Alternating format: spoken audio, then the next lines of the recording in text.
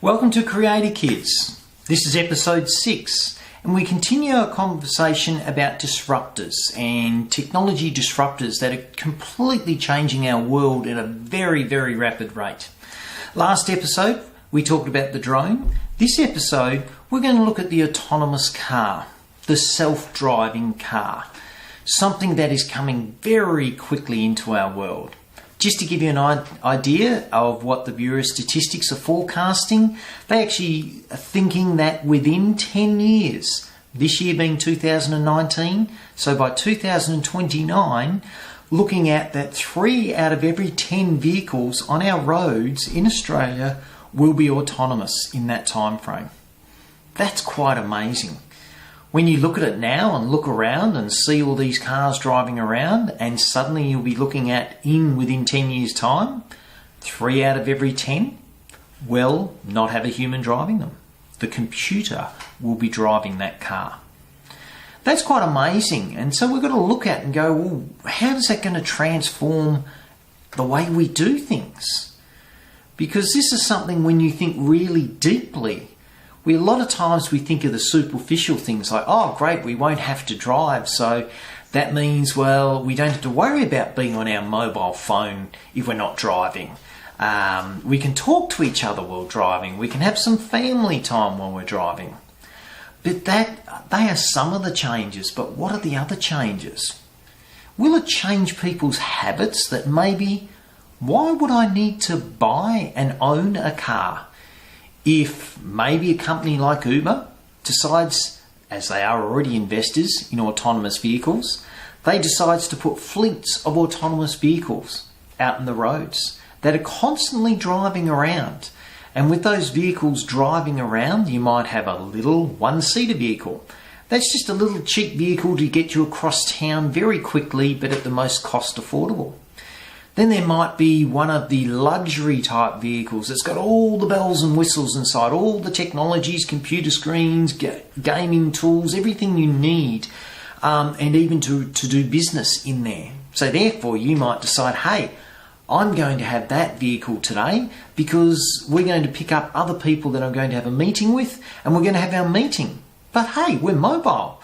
Do I need to meet in an office? No, this is our meeting place, the car. It's got all the bells and whistles, got air conditioning. Let's choose where we want to meet after that.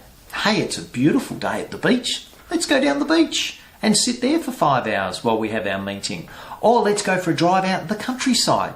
We'll have a 5-hour meeting, but we're driving all the way and we're checking out the scenery as we go past. So it's a constant changing scenery, much more interesting than sitting in an office where the walls are the same for 4 or 5 hours. There you go. That can help change. But then they're already saying that maybe the autonomous car will crash significantly less than a human-driven car. Look at the impact of that on, let's say, the insurance industry. If the insurance industry already sees that it's not going to crash as much, I wonder what the insurance premium will be if you want to drive your car yourself rather than having an autonomous car. If it's already proven that it crashes much more with a human driving it, maybe the insurance premiums may be very high to drive your own car in future. Then we have the situation if suddenly we have autonomous cars, they are following maybe a satellite or some telecommunication system. Do we need to have traffic lights? And do we have to worry about road congestion if the autonomous cars can find their own way through the traffic and actually develop their own systems so that there rarely are traffic jams? And if people are not, I'm one myself, I'm not a big fan of driving a car. To me, it's just a way to get from point A to B. And I would love the luxury of I'll book a car for my particular needs. If it's just to me today, I'll just book the one-seater in autonomous. If it's for the family, I'll book the family vehicle. If it's for business, I'll book the business vehicle. Yes, we also then have the clash of those who want to drive and those who don't. This is all part of transition, all those things that are coming in our world in the future.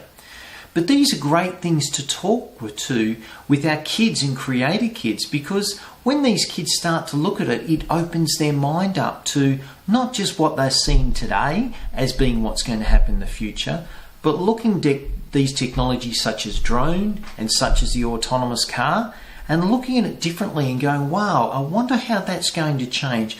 Could I create something that can actually benefit when people are traveling in autonomous cars?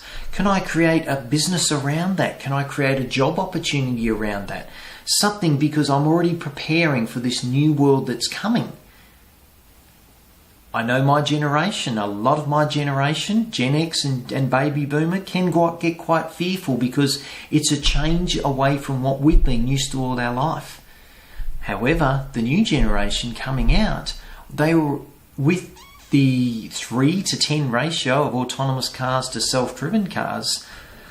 Then you might find that a lot of kids who are in school today, by the time they leave school, may not even need to get a driver's license. So how does that impact the way they socialise, the way they get around, the way they interact with each other, the way they see vehicles and ownership of vehicles? I'll leave you with one last little statistic.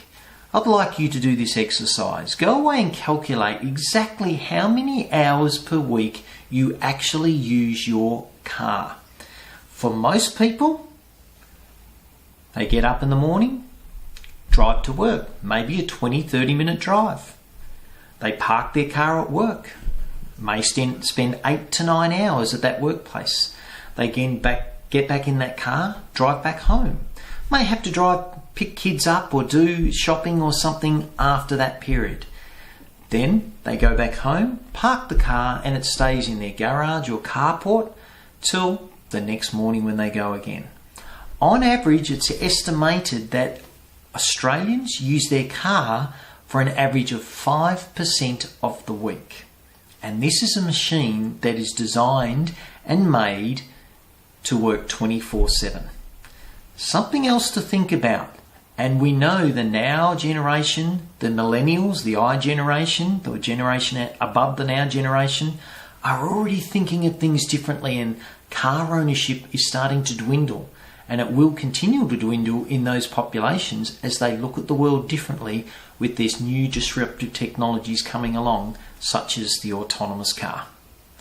Just something more to discuss with the kids, adults, family, preparing ourselves for this future that's coming and looking for the opportunities that come with that. That's what Creator Kids is all about.